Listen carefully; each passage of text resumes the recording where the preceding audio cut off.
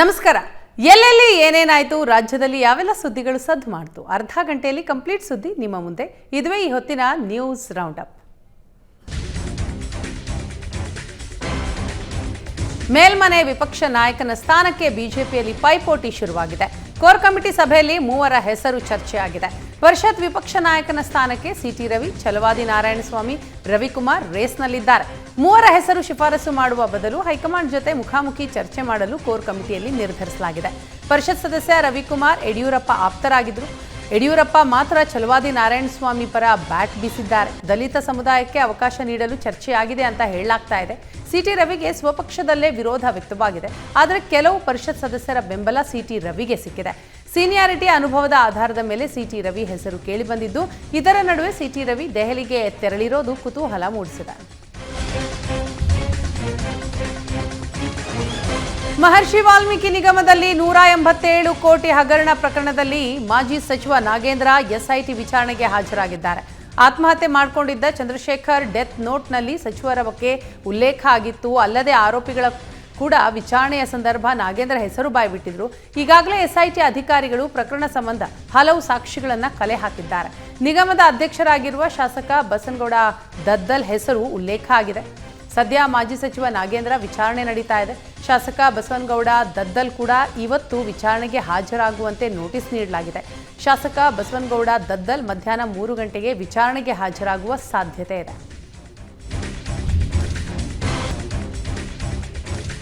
ಮೂಡ 50-50 ಹಗರಣದ ನಡುವೆ ಸಿಎಂ ಕೇಳಿರುವ ಪರಿಹಾರದ ಬಗ್ಗೆ ಸಾರ್ವಜನಿಕರಲ್ಲಿ ಭಾರೀ ಚರ್ಚೆಗೆ ಗ್ರಾಸವಾಗಿದೆ.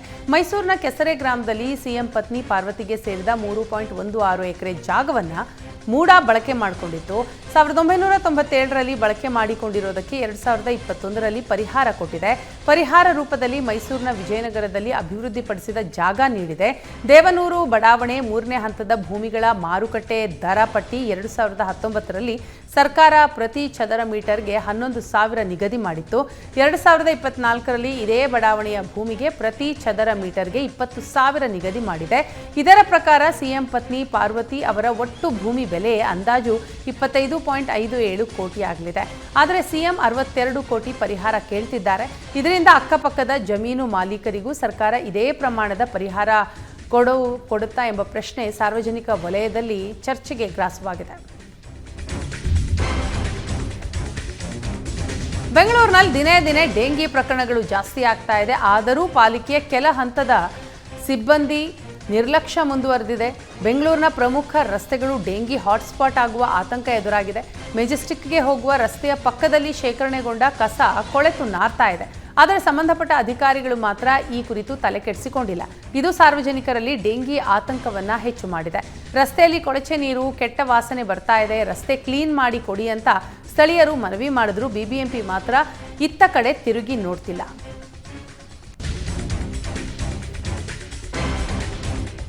ರಾಜ್ಯದಲ್ಲಿ ಡೆಡ್ಲಿ ಡೆಂಗಿ ಹಾವಳಿ ಮುಂದುವರೆದಿದೆ. ಕಳೆದ 24 ಗಂಟೆಯಲ್ಲಿ ರಾಜ್ಯದಲ್ಲಿ 197 ಹೊಸ ಕೇಸ್ ದಾಖಲಾಗಿವೆ. ಬೆಂಗಳೂರು ಒಂದರಲ್ಲೇ ಬರೋಬ್ಬರಿ 95 ಜನರಲ್ಲಿ ಡೆಂಗಿ ಪತ್ತೆಯಾಗಿದೆ. ಇದುವರೆಗೂ ಬಿಬಿಎಂಪಿ ವ್ಯಾಪ್ತಿಯಲ್ಲಿ ಒಟ್ಟು 2,083 ಡೆಂಗಿ ಪಾಸಿಟಿವ್ ಕೇಸ್ಗಳು ಪತ್ತೆಯಾಗಿವೆ. ರಾಜ್ಯದಲ್ಲಿ 7,362 ಡೆಂಗಿ ಕೇಸ್ ಪತ್ತೆಯಾಗಿದೆ. ರಾಜ್ಯದಲ್ಲಿ 892 ಡೆಂಗಿ ಶಂಕಿತರಿಗೆ ಪರೀಕ್ಷೆ ನಡೆಸಿದ್ದು, ಅದರಲ್ಲಿ 197 ಜನರಿಗೆ ಪಾಸಿಟಿವ್ ಬಂದಿದೆ. ಗುಮ್ಮಟನಗರಿ ವಿಜಯಪುರದಲ್ಲಿ ಕೋಚಿಂಗ್ ಸೆಂಟರ್ಗಳ ಹಾವಳಿ ಹೆಚ್ಚಾಗಿದೆ. ಕಾನೂನು ಗಾಳಿಗೆ ತೂರಿ ಅನಧಿಕೃತ ಸೆಂಟರ್ಗಳಿಂದ ವಿದ್ಯಾರ್ಥಿಗಳಿಗೆ ಕೋಚಿಂಗ್ ನೀಡಲಾಗುತ್ತೆ ಎಂಬ ಆರೋಪ ಕೇಳಿಬಂದಿದೆ. ಸ್ಪರ್ಧಾತ್ಮಕ ಪರೀಕ್ಷೆಗಳಿಗೆ ತಯಾರಿ ನಡೆಸುವ ವಿದ್ಯಾರ್ಥಿಗಳಿಗೆ ವಿಜಯಪುರ ಕೋಚಿಂಗ್ ಹಬ್ ಆಗ್ತಾ ಇದೆ. ಇದನ್ನೇ ಬಂಡವಾಳ ಮಾಡಿಕೊಂಡಿರುವ ಕೆಲವರು ಕೋಚಿಂಗ್ ಸೆಂಟರ್ ಓಪನ್ ಮಾಡಿ ಲಕ್ಷ ಹಣ ಪಡೆದು ಯಾವುದೇ ಮೂಲಭೂತ ಸೌಕರ್ಯಗಳನ್ನು ನೀಡ್ತಾ ಇಲ್ಲ ಎಂಬ ಆರೋಪಗಳು ಕೇಳಿಬಂದಿವೆ. ಮಕ್ಕಳ ಹಕ್ಕುಗಳ ರಕ್ಷಣಾ ಆಯೋಗ ದಾಳಿ ನಡೆಸಿದೆ. ಕೋಚಿಂಗ್ ಸೆಂಟರ್ಗಳ ದಾಖಲಾತಿ ಹಾಗೂ ಮೂಲಭೂತ ಸೌಕರ್ಯಗಳ ಪರಿಶೀಲನೆ ನಡೆಸಿ ನೋಟಿಸ್ ಜಾರಿ ಮಾಡಿದೆ. ಪರವಾನಗಿಯನ್ನು ಪಡೆಯದೆ ಕೋಚಿಂಗ್ ನೀಡ್ತಾ ಇದ್ದು 6 ಕೋಚಿಂಗ್ ಸೆಂಟರ್ಗಳನ್ನು ರದ್ದುಪಡಿಸಿ ವಿಜಯಪುರ ಬಿಇಒ ಆದೇಶ ಹೊರಡಿಸಿದ್ದಾರೆ. ಬೆಂಗಳೂರಿನಲ್ಲಿ ಬಿಎಂಟಿಸಿ ಬಸ್ ನಡು ರಸ್ತೆಯಲ್ಲೇ ಬೆಂಕಿಗೆ ಆಹುತಿಯಾಗಿದೆ. ಎಂಜಿ ರಸ್ತೆಯ ಅನಿಲ್ ಕುಂಬ್ಳೆ ಜಂಕ್ಷನ್ ಕೋರಮಂಗಲ ಡಿಪೋಗೆ ಸೇರಿದ ಬಿಎಂಟಿಸಿ ಬಸ್ನಲ್ಲಿ ಬೆಂಕಿ ಕಾಣಿಸಿಕೊಂಡಿದೆ. ಕೂಡಲೇ ಎಚ್ಚೆತ್ತ ಚಾಲಕ ರಸ್ತೆ ಮಧ್ಯೆ ಬಸ್ ನಿಲ್ಲಿಸಿದ್ದಾರೆ. ಚಾಲಕ ನಿರ್ವಾಹಕ ಸೇರಿ ಪ್ರಯಾಣಿಕರನ್ನ ಕೆಳಗಿಳಿಸಿದ್ದಾರೆ. ನೋಡ್ತಾ ಇದ್ದ ಹಾಗೆ ಬೆಂಕಿ ಆವರಿಸಿಕೊಂಡಿದೆ. ವಿಷಯ ತಿಳಿದು ಸ್ಥಳಕ್ಕೆ ಆಗಮಿಸಿದ ಅಗ್ನಿಶಾಮಕ ದಳದ ಸಿಬ್ಬಂದಿ ಬೆಂಕಿ ನಂದಿಸುವಲ್ಲಿ ಯಶಸ್ವಿಯಾಗಿದ್ದಾರೆ. ಬೆಂಕಿಯ ಜ್ವಾಲೆಗೆ ಬಸ್ ಸಂಪೂರ್ಣ ಸುಟ್ಟು ಹೋಗಿದೆ. ಅದೃಷ್ಟವಶಾತ್ ಘಟನೆಯಲ್ಲಿ ಯಾವುದೇ ಪ್ರಾಣಾಪಾಯ ಸಂಭವಿಸಿಲ್ಲ. ವಿಜಯನಗರ ಜಿಲ್ಲೆಯ ಹೂವಿನ ಹಡಗಲಿಯಲ್ಲಿ ಪುರಾತನ ಕಾಲದ ಅಪ್ರಕಟಿತ ಶಾಸನ ಪತ್ತೆಯಾಗಿದೆ. ಹೂವಿನ ಹಡಗಲಿಯ ಕೋಟೆ ಭಾಗದ ಆಂಜನೇಯ ಸ್ವಾಮಿ ದೇವಸ್ಥಾನ ಹಿಂಭಾಗದ ಕೆರೆ ಅಂಗಳದಲ್ಲಿ ಈ ಶಾಸನ ಪತ್ತೆಯಾಗಿದೆ. ವಿಜಯನಗರ ಅರಸ ವೀರ ಪ್ರತಾಪ ರಾಮಚಂದ್ರ ದೇವನ ಅಪ್ರಕಟಿತ ಶಾಸನವನ್ನ ರಾಜ್ಯ ಪುರಾತತ್ವ ಸಂಗ್ರಹಾಲಯಗಳ ಅಧಿಕಾರಿಗಳು ಪತ್ತೆ ಹಚ್ಚಿದ್ದಾರೆ. ಕೆರೆ ಅಂಗಳದಲ್ಲಿ ಬಿದ್ದಿರುವ ದೇವಾಲಯದ ಕಂಬದಲ್ಲಿ 24 ಸಾಲಿನ ಕನ್ನಡ ಶಾಸನ ದೊರೆತಿದೆ. ಈ ಶಾಸನವು ಸುಮಾರು ಕ್ರಿಸ್ತಶಕ 1620ರಲ್ಲಿನ ಶಾಸನ ಅಂತ ಹೇಳಲಾಗ್ತಾ ಇದೆ. ಚಿತ್ರಕಲೆ, ಕ್ರೀಡೆ ಹೇಳಿಕೊಡೋ ನೆಪದಲ್ಲಿ ಮಕ್ಕಳ ಮೇಲೆ ದೌರ್ಜನ್ಯವೆಸಗಿದ ಕಾಮುಕನನ್ನ ಪೊಲೀಸರು ಬಂಧಿಸಿ ಜೈಲಿಗೆ ಅಟ್ಟಿದ್ದಾರೆ. ಮಂಡ್ಯ ಜಿಲ್ಲೆ ಪಾಂಡವಪುರ ತಾಲೂಕಿನ ಮೇಲುಕೋಟೆ ಠಾಣಾ ವ್ಯಾಪ್ತಿಯಲ್ಲಿ ಘಟನೆ ನಡೆದಿದೆ. ಶಾಲೆಯ ಹಳೆ ವಿದ್ಯಾರ್ಥಿಯೋರ್ವ ಚಿತ್ರಕಲೆ, ಕ್ರೀಡೆ ಹೇಳಿಕೊಡುವ ನೆಪದಲ್ಲಿ ವಿದ್ಯಾರ್ಥಿನಿಯರಿಗೆ ಕಿರುಕುಳ ನೀಡಿದ್ದಾನೆ. ಶಾಲೆಯಲ್ಲಿ ವಿದ್ಯಾರ್ಥಿಗಳು ಬಟ್ಟೆ ಬದಲಿಸಿಕೊಳ್ಳುವ ವೇಳೆ ಫೋಟೋ ತೆಗೆದುಕೊಂಡು ಬ್ಲ್ಯಾಕ್ಮೇಲ್ ಮಾಡಿದ್ದಾನೆ. ಫೋಟೋಗಳನ್ನು ಹೆತ್ತವರಿಗೆ ಕಳಿಸೋದಾಗಿ ಬೆದರಿಸಿ ದೌರ್ಜನ್ಯ ಎಸಗಿರುವುದಾಗಿ ವಿದ್ಯಾರ್ಥಿಗಳು ಆರೋಪಿಸಿದ್ದಾರೆ. ಈ ಕುರಿತು ವಿದ್ಯಾರ್ಥಿನಿಯರು ಜಿಲ್ಲಾ ಮಕ್ಕಳ ರಕ್ಷಣಾ ಘಟಕದ ಅಧಿಕಾರಿಗಳಿಗೆ ಪತ್ರ ಬರೆದಿದ್ರು. ಜಿಲ್ಲಾ ಮಕ್ಕಳ ಹಕ್ಕುಗಳ ರಕ್ಷಣಾ ಅಧಿಕಾರಿಗಳ ದೂರಿನ ಮೇರೆಗೆ ಪೊಲೀಸರು ಆರೋಪಿಯನ್ನ ಬಂಧಿಸಿದ್ದಾರೆ. ಆರೋಪಿ ವಿರುದ್ಧ ಪೋಸ್ಕೋ ಜೊತೆಗೆ ಐಪಿಸಿ ಸೆಕ್ಷನ್ 354A, 354D, 509 ಅಡಿ FIR ದಾಖಲಾಗಿದೆ. ಕಣ್ಣು ಕುಕ್ಕುವ ಹೈಬೀಮ್ ಹೆಡ್ಲೈಟ್ ಬಳಸಿದ್ದ ವಾಹನ ಸವಾರರಿಗೆ ಸಂಚಾರಿ ಪೊಲೀಸರು ಬಿಸಿ ಮುಟ್ಟಿಸಿದ್ದಾರೆ. ಹೈಬೀಮ್ ಲೈಟ್ ಬಳಸಿ ವಾಹನ ಚಲಾಯಿಸಿದ ಲಾರಿ, ಟ್ರಕ್, ಬಸ್, ಆಟೋ ಚಾಲಕರ ಮೇಲೆ ಕ್ರಮಕ್ಕೆ ಪೊಲೀಸರು ಮುಂದಾಗಿದ್ದಾರೆ. 4 ದಿನಗಳಲ್ಲಿ ರಾಜ್ಯದಲ್ಲಿ 5,000 ಕೇಸ್ ದಾಖಲಾಗಿವೆ. ಇತ್ತೀಚೆಗೆ ಹೈಬೀಮ್ ಲೈಟ್ ಹಾಕಿ ವಾಹನ ಚಲಾವಣೆಯಿಂದ ಅಪಘಾತದ ಸಂಖ್ಯೆ ಹೆಚ್ಚಾಗ್ತಾ ಇತ್ತು. ಹೀಗಾಗಿ ಹೈಬೀಮ್ ಲೈಟ್ ಬಳಸುವವರ ವಿರುದ್ಧ ವಿಶೇಷ ಕಾರ್ಯಾಚರಣೆ ಕೈಗೊಳ್ಳಲಾಗಿತ್ತು. ಬೆಂಗಳೂರಿನಲ್ಲಿ 2153, ಮೈಸೂರಿನಲ್ಲಿ 302, ಮಂಗಳೂರಿನಲ್ಲಿ 187, ತುಮಕೂರಿನಲ್ಲಿ 237, ಉತ್ತರ ಕನ್ನಡದಲ್ಲಿ 236, ರಾಯಚೂರಿನಲ್ಲಿ 260, ವಿಜಯನಗರದಲ್ಲಿ 182, ಧಾರವಾಡದಲ್ಲಿ 144 ಕೇಸ್ಗಳು ದಾಖಲಾಗಿವೆ. ಕೊಲೆ ಕೇಸ್ನಲ್ಲಿ ನಟ ದರ್ಶನ್ ಜೈಲು ಸೇರಿದ್ದು, ದರ್ಶನ್ ಅಭಿಮಾನಿಗಳ ಹುಚ್ಚಾಟ ಮಾತ್ರ ನಿಲ್ತಾ ಇಲ್ಲ. ಆಟೋ ಮೇಲೆ ಖೈದಿ ನಂಬರ್ ಹಾಕೊಂಡು ವೀಲಿಂಗ್ ಮಾಡಿ ಹುಚ್ಚಾಟ ಮೆರೆದಿದ್ದಾನೆ. ಅಲ್ಲದೆ ಆಟೋ ವೀಲಿಂಗ್ ಮಾಡಿದ ವಿಡಿಯೋವನ್ನ ಇನ್ಸ್ಟಾಗ್ರಾಂನಲ್ಲಿ ಶೇರ್ ಮಾಡಿದ್ದಾರೆ. ಅಭಿಮಾನದ ಪರಾಕಾಷ್ಠೆಗೆ ಅಮಾಯಕರ ಪ್ರಾಣಕ್ಕೆ ಕುತ್ತು ಬರುವ ಆತಂಕದಲ್ಲಿ ರಸ್ತೆಗಳಲ್ಲಿ ವಾಹನ ಸವಾರರು ಓಡಾಡುವ ಸ್ಥಿತಿ ಎದುರಾಗಿದೆ.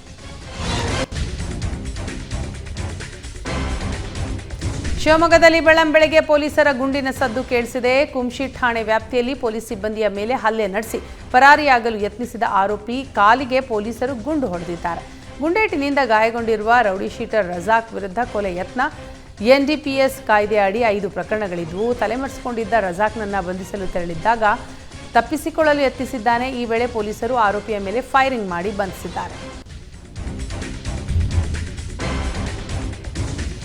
ಮಂಡ್ಯ ಜಿಲ್ಲೆಯಲ್ಲಿ ಕಾಡಾನೆಗಳ ಹಾವಳಿ ಹೆಚ್ಚಾಗಿದೆ. ಮಳವಳ್ಳಿ ತಾಲೂಕಿನ ಬಸಾಪುರ ಗ್ರಾಮದಲ್ಲಿ ಕಾಡಾನೆಗಳ ದಾಳಿ, ಲಕ್ಷಾಂತರ ರೂಪಾಯಿ ಮೌಲ್ಯ ತೇಗದ ಮರಗಳು ನಾಶವಾಗಿವೆ. ರೈತ ಮಾದೇಗೌಡ ಎಂಬುವವರ ಜಮೀನಿಗೆ ನುಗ್ಗಿದ ಕಾಡಾನೆಗಳು ಜಮೀನಿನಲ್ಲಿದ್ದ ತೇಗದ ಮರಗಳನ್ನು ನಾಶ ಮಾಡಿವೆ.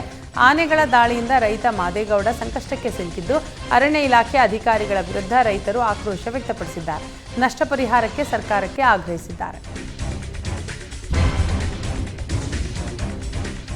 ವಿಜಯನಗರ ಜಿಲ್ಲೆಯ ಐತಿಹಾಸಿಕ ಸ್ಥಳವಾದ ಹಂಪಿಯಲ್ಲಿ ಚಿರತೆ ಪ್ರತ್ಯಕ್ಷವಾಗಿದೆ. ಹಂಪಿಯ ಹೇಮಕೂಟದ ಬಳಿ ಗುಡ್ಡದ ಮೇಲೆ ಬಂದಿರೋ ಚಿರತೆ. ಹಂಪಿ ಮತ್ತು ಕನ್ನಡದ ವಿವಿ ಬಳಿಯ ಜನನಿಬಿಡ ಪ್ರದೇಶದಲ್ಲಿ ಕಾಡು ಪ್ರಾಣಿಗಳು ಕಂಡುಬರ್ತಾ ಇವೆ. ಮೊನ್ನೆ ಕರಡಿ ಕಾಣಿಸಿಕೊಂಡಿತು, ಇವತ್ತು ಚಿರತೆ ಪ್ರತ್ಯಕ್ಷವಾಗಿದೆ. ಹಂಪಿಯ ಸ್ಥಳೀಯ ನಿವಾಸಿಯೊಬ್ಬರ ಕ್ಯಾಮೆರಾದಲ್ಲಿ ಚಿರತೆಯ ವಿಡಿಯೋ ಸೆರೆಯಾಗಿದೆ. ಹಂಪಿ ಸುತ್ತಮುತ್ತ ಕಾಡು ಪ್ರಾಣಿಗಳ ಹಾವಳಿಯಿಂದ ಸ್ಥಳೀಯರು ಹಾಗೂ ಪ್ರವಾಸಿಗರು ಆತಂಕಕ್ಕೆ ಒಳಗಾಗಿದ್ದಾರೆ.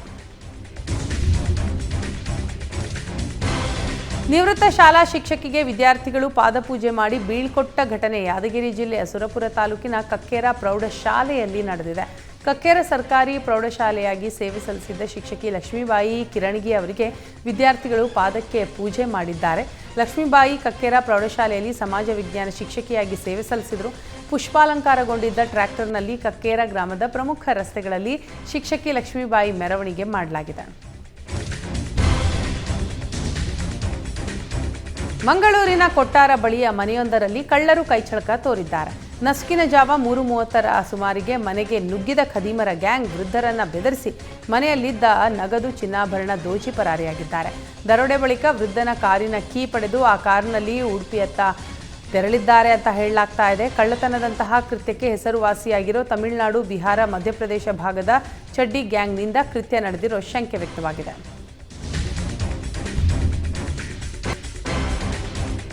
ಮುಂದಿನ 7 ದಿನ ರಾಜ್ಯದಲ್ಲಿ ಭಾರೀ ಮಳೆಯಾಗುವ ಸಾಧ್ಯತೆ ಇದೆ ಅಂತ ರಾಜ್ಯ ಹವಾಮಾನ ಇಲಾಖೆ ಮುನ್ಸೂಚನೆ ನೀಡಿದೆ.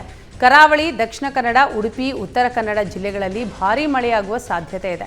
4 ಜಿಲ್ಲೆಗಳಿಗೆ ಇವತ್ತು ರೆಡ್ ಅಲರ್ಟ್ ಘೋಷಣೆ ಮಾಡಲಾಗಿದೆ. ಬೀದರ್, ಕಲಬುರಗಿಯಲ್ಲಿ ಗುಡುಗು, ಗಾಳಿ ಸಹಿತ ಭಾರೀ ಮಳೆಯಾಗುವ ಸಾಧ್ಯತೆ ಇದ್ದು ಆರೆಂಜ್ ಅಲರ್ಟ್ ಘೋಷಿಸಲಾಗಿದೆ. ರಾಜ್ಯದ ಕೆಲವೆಡೆ ಯೆಲ್ಲೋ ಅಲರ್ಟ್ ಕೂಡ ಘೋಷಣೆ ಮಾಡಲಾಗಿದೆ. ಕೊಡಗಿನಲ್ಲಿ ಸಾಕಷ್ಟು ಮಳೆಯಾಗ್ತಾ ಇದೆ. ಇದರ ಪರಿಣಾಮ ಮುದೆನಾಡು ಸಮೀಪದ ಕರ್ತೋಜಿಯಲ್ಲಿ ಹೆದ್ದಾರಿ 275ರಲ್ಲಿ ರಸ್ತೆ ಉಬ್ಬಿದೆ. ಮಡಿಕೇರಿ, ಮಂಗಳೂರು ನಡುವಿನ ಮದೆನಾಡು ಸಮೀಪದಲ್ಲಿ ಹೆದ್ದಾರಿ ಉಬ್ತಾ ಇರೋ ಹಿನ್ನೆಲೆಯಲ್ಲಿ ಮುನ್ನೆಚ್ಚರಿಕೆ ಕ್ರಮವಾಗಿ ಅಧಿಕಾರಿಗಳು ಸೂಚನಾ ಫಲಕವನ್ನು ಅಳವಡಿಕೆ ಮಾಡಿದ್ದಾರೆ.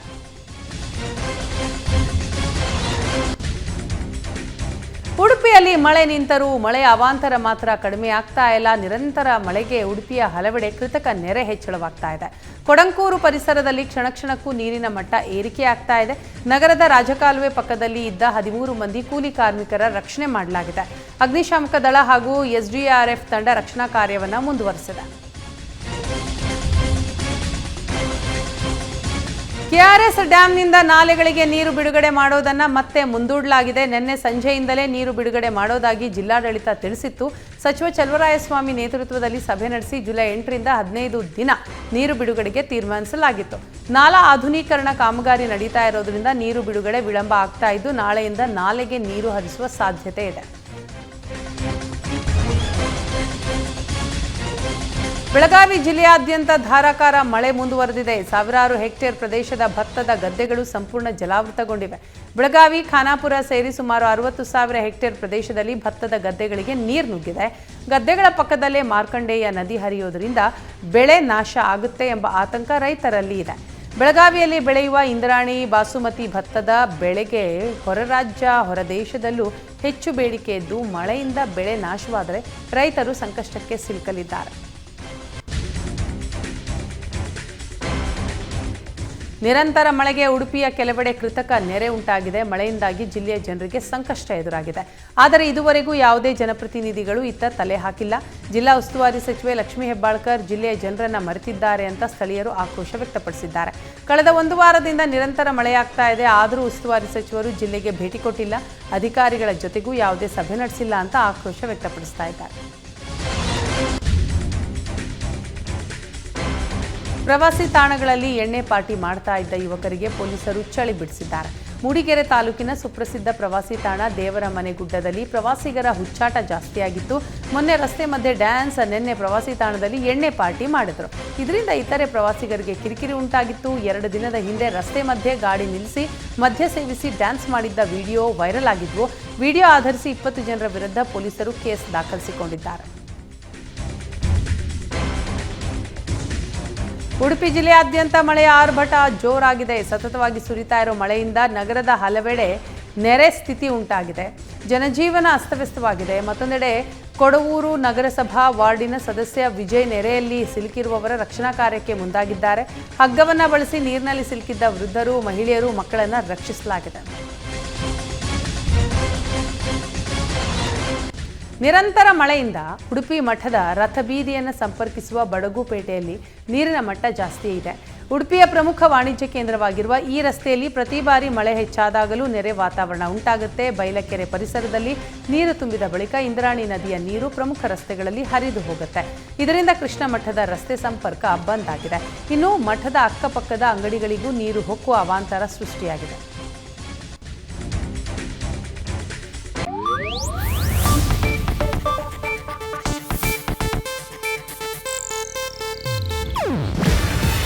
ಇದು ಏಷ್ಯಾನೆಟ್ ನ್ಯೂಸ್ ನೆಟ್ವರ್ಕ್ ಪ್ರಸ್ತುತಿ.